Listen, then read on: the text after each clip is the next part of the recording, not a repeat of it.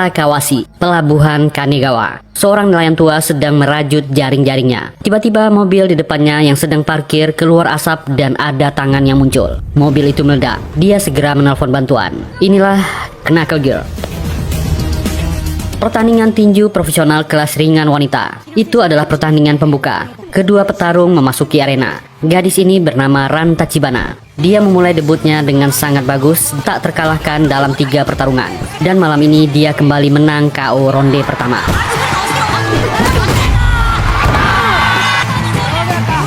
Pelatihnya Tabasa Hidetoshi dipuji Direktur Tinju Jepang. Petinjunya punya bakat bagus. Mungkin dia bisa menjadi juara suatu hari nanti. Tabata menghampiri gadis ini, menyuruhnya untuk istirahat. Dia sangat yakin dengan karir tinju Ran akan cemerlang di masa depan. Ran pulang ke Sasana Tabata. Dia juga tinggal di klub ini. Banyak foto-foto di dinding. Itu foto adik sematawayangnya, Yuzuki Tachibana. Mereka ditinggalkan orang tuanya sejak kecil. Yuzuki tinggal bersama bibinya. Ran mengirim pesan yang tak dibalas adiknya. Dalam hatinya, gadis ini bertekad akan jadi juara. Gadis ini punya semangat tinggi, etos kerjanya sangat luar biasa. Keadaan Sasana Tabata memang pas-pasan. Mereka masih sulit membayar tagihan listrik. Tiba-tiba telepon berbunyi. Itu dari kepolisian. Wajah Ran terlihat sangat shock. Ini adalah bibi dan pamannya yang langsung menangis menyambut Ran. Hari itu kabar gelap dan duka diterima Ran. Ternyata dalam mobil yang terbakar di pelabuhan tadi adalah adiknya Yuzuki. Detektif yang bernama Masato mengatakan kartu pelajar ditemukan di dalam mobil. Dokter membuka penutup jasadnya. Keadaannya menggenaskan. Polisi menyimpulkan menurut forensik mobil penuh semprotan pewangi lalu dibakar dari dalam. Kesimpulan mereka, Yuzuki bundir. Ran tak percaya. Kapten Yoshioki, kepala detektif, membawa hasil tes DNA. Hasilnya akurat, 99% itu adiknya. Ponselnya juga ditemukan di mobil. Ran masih tak percaya. Dia melihat jasad itu kembali. Ran yakin ini bukan adiknya. Gigi Yuzuki gingsul di atas kanan. Jasad ini berbeda. Polisi mencoba memberi pengertian. Kapten Yoshi memberinya nasihat untuk menerima kenyataan ini. Ran tetap tak terima. Dia keluar dari sana. Masato ingin bicara dengan Ran, tapi dicegah kaptennya. Tangani ini sebagai kasus bundir. 待て。この事件は自殺で処理と。 Ran pun marah kepada bibinya. Kenapa tak mengabarinya soal tes DNA? Adiknya memang dititipkan di sini. Tapi gara-gara adiknya mereka mendapatkan tunjangan anak. Pamannya menuduh Ran meninggalkan adiknya. Dia yang memberinya makan setelah Ran pergi. Ran yang tak terima balik marah. Pamannya menghabiskan uang tunjangan untuk berjudi. Lalu dia pun pergi dengan marah. Ran curhat dengan pelatihnya. Dia turut berduka cita. Ran bercerita, 2 minggu yang lalu adiknya datang ke Sasana membawakan makanan. Yuzuki mendapatkan makanan setelah donor darah. Kehidupan mereka memang tak bagus. Kadang-kadang kalau pamannya mabuk, dia suka melempar sesuatu. Pipi adiknya memar. Ran pun berjanji, jika dia menjadi juara, mereka akan menyewa apartemen dan akan tinggal berdua. Malam itu adiknya menginap di sana. Tapi setelah itu adiknya tak mengabari lagi. Pelatihnya memberi semangat. Dia harus melanjutkan hidupnya. Ran pun datang ke rumah bibinya dan membereskan barang-barang adiknya. Dia akan membawanya. Saat itulah tak sengaja dia menemukan sebuah kartu ID bertuliskan Junin Group. Hari itu juga Ran mencari tahu. Junin Group adalah sebuah komplek perkantoran dan mall mewah. Dia masuk ke ruang bawah. Itu adalah klub malam eksekutif Junin. Awalnya Ran bingung untuk mengetok pintunya. Dan dia menyadari kartu itu adalah kuncinya. Ran masuk ke dalam. Banyak wanita berpakaian minim. Dia pun terus masuk. Klub itu belum buka. Para pelayan malah sibuk membersihkan tempat itu. Para pengawal bertanya, bagaimana dia bisa masuk? Mereka tak mendengar kata-kata Ran. Langsung mengusirnya secara kasar. Seorang pria berbadan besar bernama Kato bertanya apa yang terjadi. Ran menunjukkan foto adiknya, tapi mereka tetap mengusirnya. Ran pun melawan dan menunjukkan kartu ID, tapi pria ini membuangnya. Orang ini berkata kenapa dia mencari orang yang sudah meninggal, tapi Ran tak pernah bilang adiknya tewas. Dia semakin curiga. Pria besar ini marah dan menghajar Ran. Tanpa basa-basi langsung melemparnya, lalu membuat Ran pingsan.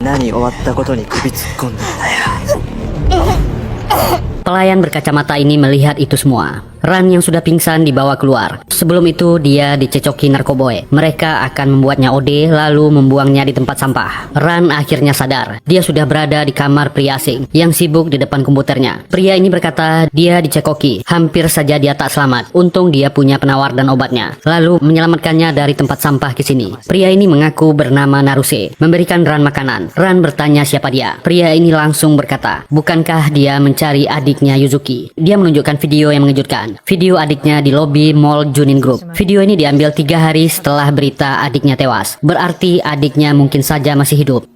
Naruse pun berkata, kalau sampai mereka memalsukan kematian adiknya, berarti adiknya sangat penting bagi mereka. Naruse pun menjelaskan apa itu Junin Group, sebuah perusahaan terkenal. Petingginya berasal dari keluarga bangsawan kerajaan Jepang. Klub yang dia masuki tadi adalah klub khusus bagi anggota kaya. Dia tahu beberapa bulan ini adiknya sering ke klub malam itu, karena dia bekerja sebagai pelayan di sana. Pria bernama Azuma yang membawanya. Ran heran, siapa dia? Kenapa dia tahu banyak? Naruse menjelaskan, Junin Group dari luar kelihatannya seperti perusahaan korporat biasa, tapi uang mereka berasal dari garage, sebuah tempat pertempuran bebas modern. Petarungnya dari berbagai negara. Dulu Sasana ayahnya bangkrut, lalu ayahnya ditawari menjadi petarung garage. Hutangnya akan dilunasi. Ayahnya dulu pernah menjadi juara jiu-jitsu Brazil. Suatu hari dia tewas tenggelam di sungai. Polisi mengatakan dia mabuk dan terjatuh, tapi Naruse tahu ayahnya tak pernah minum. Sejak saat itu dia bertekad akan menghancurkan Junin Group. Dia boleh percaya atau tidak, tapi dia akan membantu Ran. Ini adalah rapat direksi sebagian petinggi Junin Group. Wakil Direktur Shirashi adalah petinggi dan pemimpin sementara sekarang. Setelah pemimpin lama baru saja meninggal, tak lama lagi rapat penerus akan dimulai. Mereka pasti tahu harus mendukung siapa. Tak lama seseorang datang. Orang ini adalah Haruki, direktur dari klub garage, arena pertempuran bebas Junin Group. Shirashi datang menemui Haruki. Dia ingin Haruki fokus menghasilkan uang yang banyak dari garage.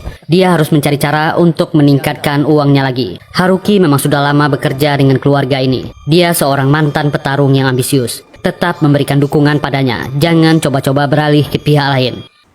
そうして破滅の道を歩み始めたんだから。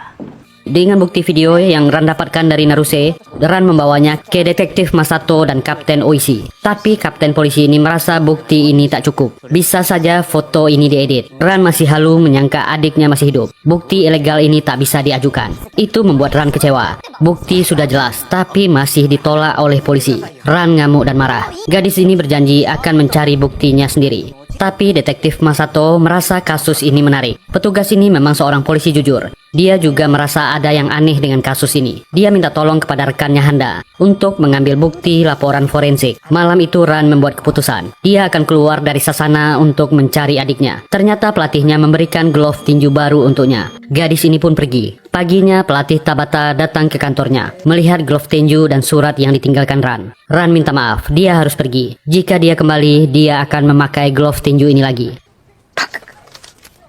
Inilah arena garage. Kato ternyata adalah juara bertahan di tempat ini. Dia sedang menghajar lawannya. Tangan kanan Haruki yang bernama Azuma membawakan sesuatu. Video Ran yang mengamuk di klub. Seorang petinju amatir yang telah memulai debutnya. Rekornya tak terkalahkan. Dia melapor Kito membuat masalah, membuat gadis ini pingsan dan membuangnya begitu saja. Azuma cemas gadis ini melapor ke polisi. Arena garage sedang dalam masa sulit. Uang taruhan menurun. Haruki pun menemui Kito yang baru selesai bertarung. Seluruh cleaning service disuruh pergi. Haruki memarahi Kito yang membuat tindakan bodoh. Haruki pun mengajaknya duel. Tapi Kito tahu betapa menakutkannya orang ini. Kito minta maaf dan menyerang.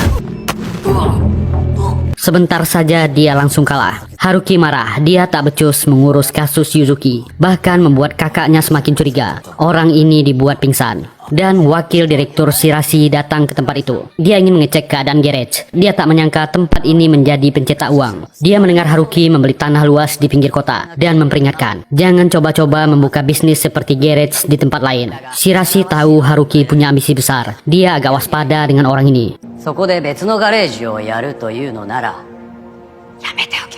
Di sebuah bengkel dan jual beli motor di pinggiran kota, sekelompok pemuda datang membawa motor. Mereka ingin menjualnya. Setelah dicek pemilik bengkel yang bernama Kamiya ini, dia menolaknya. Motor ini curian. Kotak GPS-nya telah rusak. Itu membuat para berandalan ini ingin pergi ke tempat lain. Kamiya menahannya. Dia akan menelpon polisi. Orang-orang ini ingin menghajarnya, tapi mereka salah orang. Kamiya seorang ahli bela diri.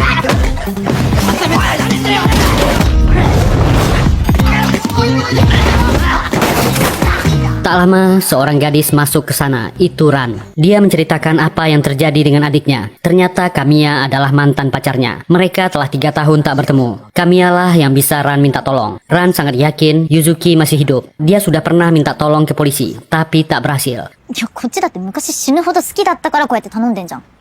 Kamiya tinggal di bengkel ini. Kamiya membawanya ke sebuah bus usang yang sudah dirombak menjadi kamar. Ran bisa tinggal di sini untuk sementara. Sementara itu Naruse sedang melacak dan mencari bukti kejahatan Junin Group. Dia berhasil melacak keberadaan Azuma, tangan kanan bos Haruki. Sementara itu Ran sedang di bus, melihat sesuatu di rak mobil mantannya. Itu sepasang knuckle brace.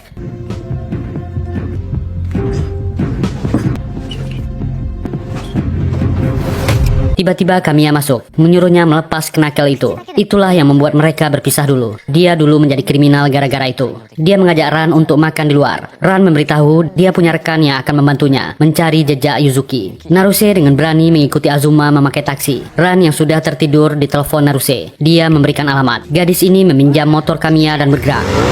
Mereka sudah berada di depan pabrik. Naruse mencurigai Azuma juga berdagang narkoboy atas perintah bosnya Haruki. Orang itu sudah di dalam. Ran tanpa membuang waktu masuk ke dalam sebuah pabrik yang dipenuhi penjaga, menyuruh Naruse menunggu. Dia akan turun ke bawah mencari bukti. Disinilah tempat mereka menghancurkan petarung yang meninggal di arena garage. Ran masuk ke dalam dan melihat pria yang bernama Azuma sedang berdagang narkoboy dengan pria jadi-jadian bernama Nagai. Ternyata selain narkoboy, si Nagai ini juga penyalur gadis-gadis muda yang mereka tipu dan peras lalu menjualnya kepada para pejabat. Hampir saja Ran ketahuan, tapi dia dipergoki oleh seorang penjaga. Tak ada pilihan, gadis ini bertarung sambil melarikan diri.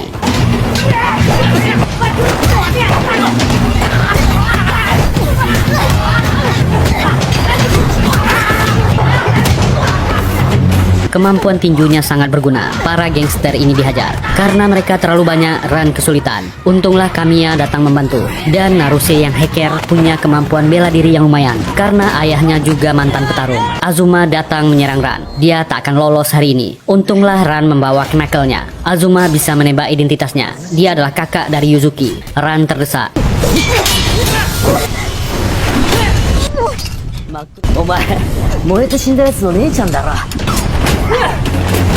Untunglah Kamiya datang membantunya. Sebelum pergi, Naruse mengambil sesuatu di badan Azuma. Ran yang terluka dibawa Kamiya. Ran pun merasa tindakan ini terlalu berbahaya. Dia terbayang masa lalu ketika Yuzuki berkata, jika terjadi apa-apa dengannya, dia tak bisa hidup. Ran semakin yakin adiknya masih hidup. Dia akan menyelamatkannya.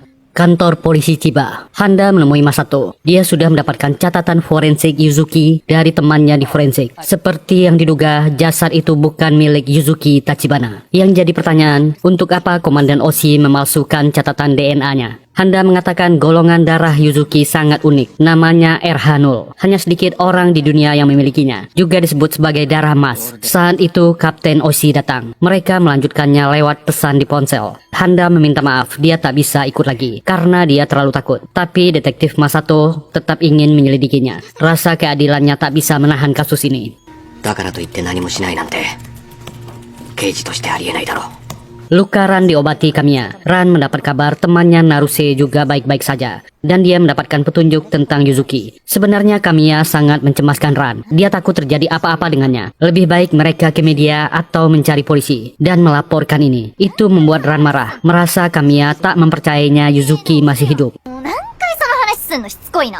Nikaido Haruki, bos Gerek, sangat marah mendapat laporan dari Azuma. Seluruh geng mereka tak bisa menangkap 3 orang. Ternyata Komandan Oishi juga terlibat di komplotan Haruki. Haruki memarahi komandan ini. Dia telah membayar banyak selama ini. Jika dia tak bisa bekerja, dia akan mencari polisi lain menggantikannya. Tugasnya sekarang adalah menghabisi Ran Tachibana, kakak Yuzuki. Tapi komandan ini ragu dan takut. Dia tak bisa melakukannya. Dan Haruki melakukan sesuatu yang kejam padanya.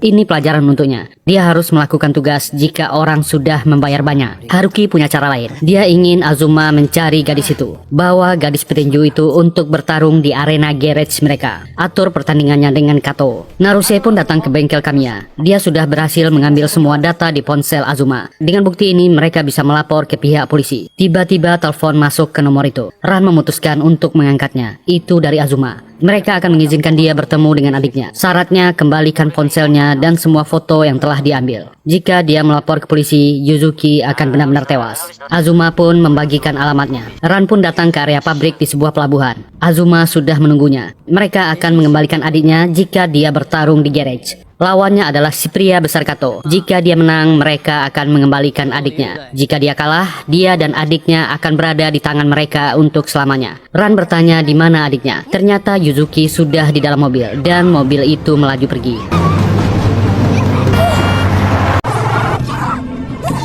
Azuma berkata, dia boleh berlatih selama 2 minggu untuk persiapan. Lebih baik dia menyiapkan diri. Dia diizinkan untuk memakai kenakalnya. Jika dia melapor ke polisi, dia tak akan pernah melihat adiknya lagi. Azuma pun meninggalkan kartu ID untuk masuk. Ran pun menceritakan kepada Kamiya. Kamiya yang sangat cemas khawatir, tak mungkin Ran bisa menang. Lebih baik mereka melapor ke polisi. Tapi Ran tak setuju, nyawa adiknya jadi taruhan. Naruse pun punya pendapat yang berbeda. Dari ponsel Azuma, dia menemukan catatan nama dan taruhan. Jika Ran masuk ke arena, dia akan meretas dan mencuri uang yang dipakai untuk taruhan. Itu akan digunakan untuk negosiasi dengan pihak Junin. Kamiya yang mencemaskan Ran marah kepada Naruse. Ini terlalu berbahaya. Ran pun menghentikan Kamiya. Untuk adiknya, dia akan melakukan apa saja. Dia akan bertarung. ユズキがいなかったらボクシングやる意味ないんだよ。 Detektif Masato datang ke Sasana Tabata, ingin menemui Ran, tapi gadis itu juga sudah menghilang. Pelatih Tabata menunjukkan pesan yang Ran tinggalkan ketika dia pergi. Pelatih ini memohon kepada Masato agar bisa menemukan Ran. Saat dia keluar Sasana, seorang pemuda menunggunya. Itu Naruse. Dia akan menunjukkan bukti baru di kasus Yuzuki Tachibana. Kamiya tak tahan melihat Ran berlatih sendiri. Dia tak bisa fokus bekerja. Akhirnya Kamiya memutuskan untuk membantu Ran dan mulai melempar batu ke gadis ini. ちょっとやめてよ。バロン勝てるとでも思ってんのかよ。 Dalam arena garage tak ada aturan. Ukuran berat badan Ran dengan lawannya jauh berbeda. Mereka butuh rencana untuk menang. Dia akan membantunya berlatih. Kamiya pun menutup bengkelnya dan mulai melatih Ran. Dia yang bekas petarung ingin Ran menggunakan kecepatannya melawan pria itu. Buat dia lelah, Ran pun berlatih sangat keras. Kamiya pun tak ada ampun menyuruhnya bekerja keras. Selama 2 minggu ini, Ran tak menyiapkan hari-harinya. Dia berlatih sangat giat.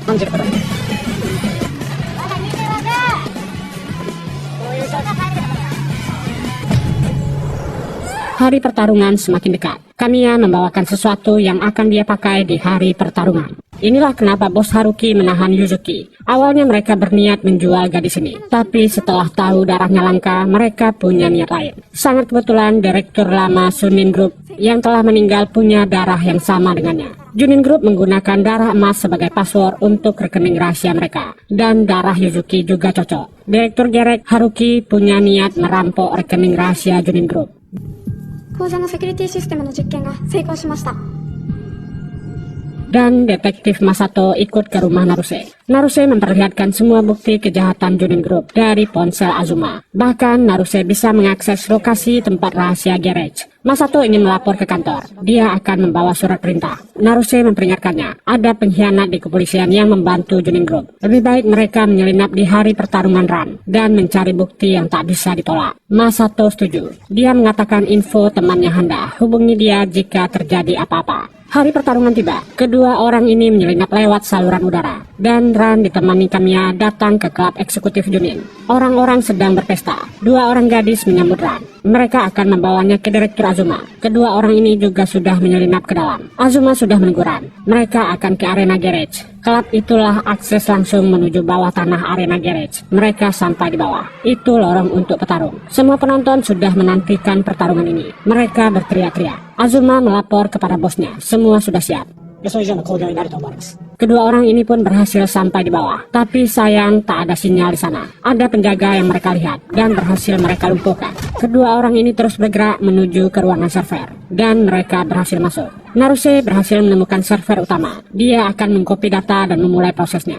Masato juga bergerak, dia akan mencoba mencari bukti lain. Kamiya membantu Ran mempersiapkan diri. Kamiya menyuruh Ran tetap fokus. Jangan lupa gunakan kecepatannya. Haruki memerintahkan untuk memulai pertandingan. Kato 2 tahun tak terkalahkan di arena garage. Lawannya seorang petinju wanita yang ingin menyelamatkan adiknya. Taruhan untuk Ran 30-1. Kedua gadis ini mulai menghitung mundur. Kedua petarung sudah siap memasuki arena. Dan dimulai. Ran terlihat fokus. Dia membuka kuda-kudanya. Dan mereka mulai saling menyerang. Terlihat sekali Kato meremehkan Ran. Dengan kecepatannya Ran mulai memukul orang ini. Tapi dia gagal. Tenaga Kato yang kuat menguntungkannya. Ran terdesak. Ran tak mau menyerah. Sekarang kembali posisinya terjepit dan terbanting. Semua orang bersorak menyangka Ran akan kalah. Tapi ternyata Ran masih bisa membalas. Sekarang posisi Ran benar-benar gawat. Kito menggunakan berat tubuhnya. Orang ini mengatakan dia akan bersenang-senang sebelum menghabisi Ran. Kamiya berteriak dari luar agar Ran menggunakan kaki dan lututnya, bahkan kepala dan sikunya. Dan Ran terlepas dari pipingan itu, berhasil mengkonter dengan tinju knuckle-nya. Orang ini terjatuh.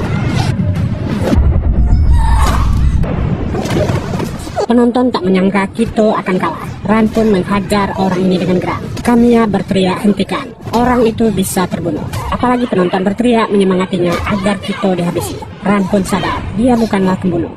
Kembali ke bawah, Masato ingin mengambil salah satu harddisk utama, kamera keamanan. Tiba-tiba radio berbunyi. Ada orang yang akan datang untuk memeriksa ruang server. Untunglah Masato berhasil mengambil harddisknya. Dengan ini Junin Group tak bisa menyela lagi. Dan Naruse juga sudah selesai. Tiba-tiba Masato ditodong. Itu adalah Komandan Oishi. Oishi memarahinya. Kasus sudah ditutup. Kenapa dia tetap ngotot? Masato pun menjawab, dia adalah polisi. Dan detektif ini dihabisi. Naruse cuma bisa melihat dari jauh. Oishi menyusuri ruang server. Dia yakin Masato tak sendirian. Saat itulah radionya berbunyi. Itu dari Azuma. Ada yang melapor ke kepolisian tentang aktivitas di sini. Haruki memasuki arena dan memerintahkan Ran untuk menghabisi Kato. Pertandingan tak akan berakhir sebelum ada yang tewas. Ran menolaknya.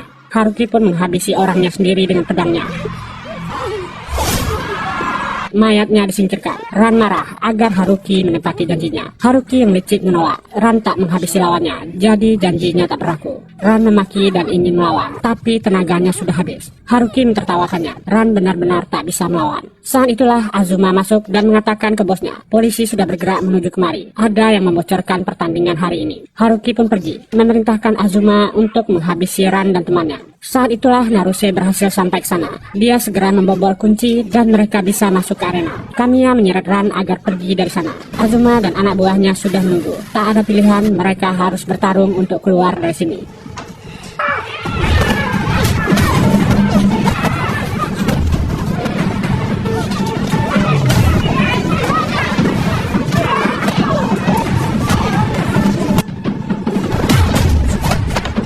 Untunglah Kamiya berhasil menahan lift, menyuruh mereka naik, dan polisi sampai di sana. Wakil Direktur Shirashi sangat geram dengan kekacauan di garage. Dia menyuruh anak buahnya memutarbalikkan berita, bayar media. Dan berita penggerebekan garage heboh di media. Mereka menemukan jasad Yudai Kato, dan ada petugas yang terbunuh, Suzuki Masato. Saat ini polisi sedang melacak 2 orang pria dan 1 wanita yang tertangkap CCTV. Handa yang sudah tak tahan melihat rekannya Masato meninggal, dia pun menemui Komandan Oishi dan memperlihatkan hasil tes DNA. Dia sudah tahu Oishi memanipulasi kasus Yuzuki Tachibana. Jika dia tak menyerahkan diri, Handa akan membocorkan ini. Orang ini marah dan mengancam gadis ini. Oishi segera keluar dari kantornya. Dia ingin menelpon Azuma untuk keadaan terkini, tapi tak ada jawaban. Saat itulah seseorang lewat melukai tangannya. Itu racun yang sangat kuat. Gareth tak ingin Oishi membuka mulut, lebih baik menghabisinya. Ketiga orang ini terpaksa bersembunyi. Sekarang mereka tertuduh pelaku pembunuhan Kato dan petugas Masato. Tiba-tiba ada suara. Rupanya tempat persembunyian itu adalah kapal milik teman pelatih Tabata. Dia datang membawakan makanan. Dia akan pergi. Jika mereka butuh sesuatu, hubungi dia.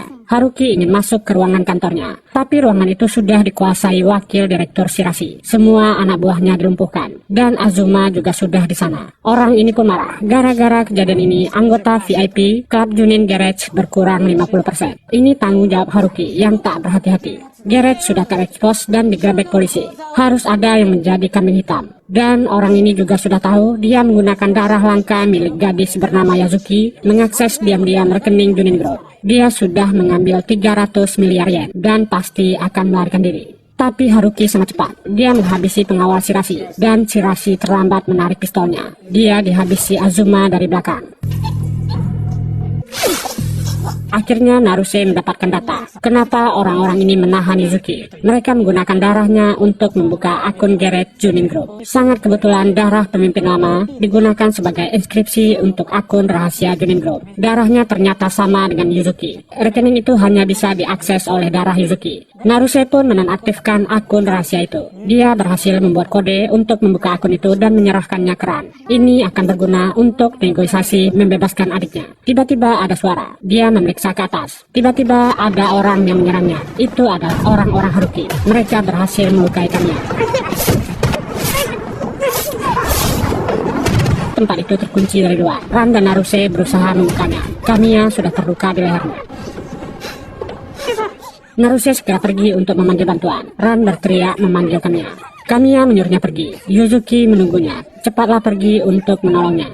Ran berharap Kamiya bisa selamat. Dia pergi ke bengkel milik Kamiya dan menangis sedih. Apa yang harus dia lakukan sekarang? Dia hanya sendirian. Telepon dari Naruse masuk. Kamiya belum meninggal. Dia masih koma. Berdoalah untuk dirinya. Ran pun meminta lokasi Azuma kepada Naruse. Dia akan pergi mengakhiri ini sendiri.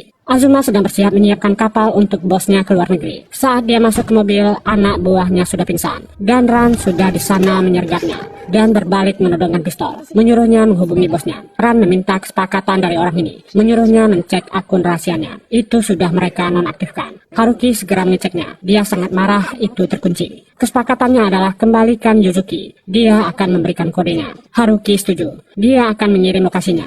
ゆずきを無傷のまま連れてきて。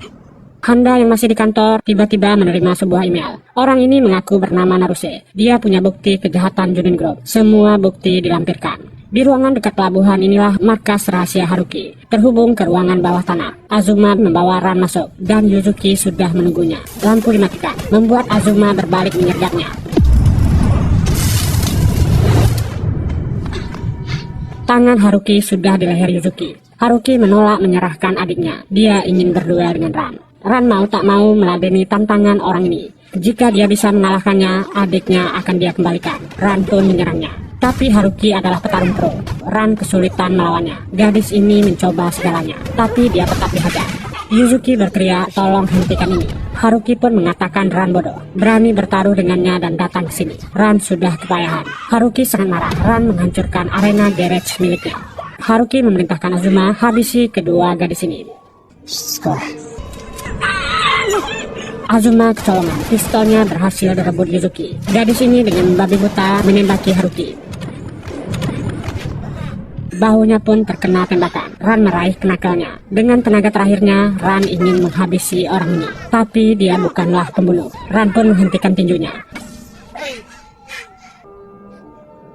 Kedua saudari ini kembali berkumpul. Setelah tragedi yang menimpa keduanya, kepolisian sudah di sana, dipimpin oleh detektif Handa. 6 bulan kemudian, Yuzuki datang menonton pertandingan kakaknya, dan Kamiya juga sudah sembuh. Ran Tachibana kembali naik ring, memulai kembali karir tinju amatirnya, dan film ini pun selesai. Semoga terhibur. Terima kasih sudah meluangkan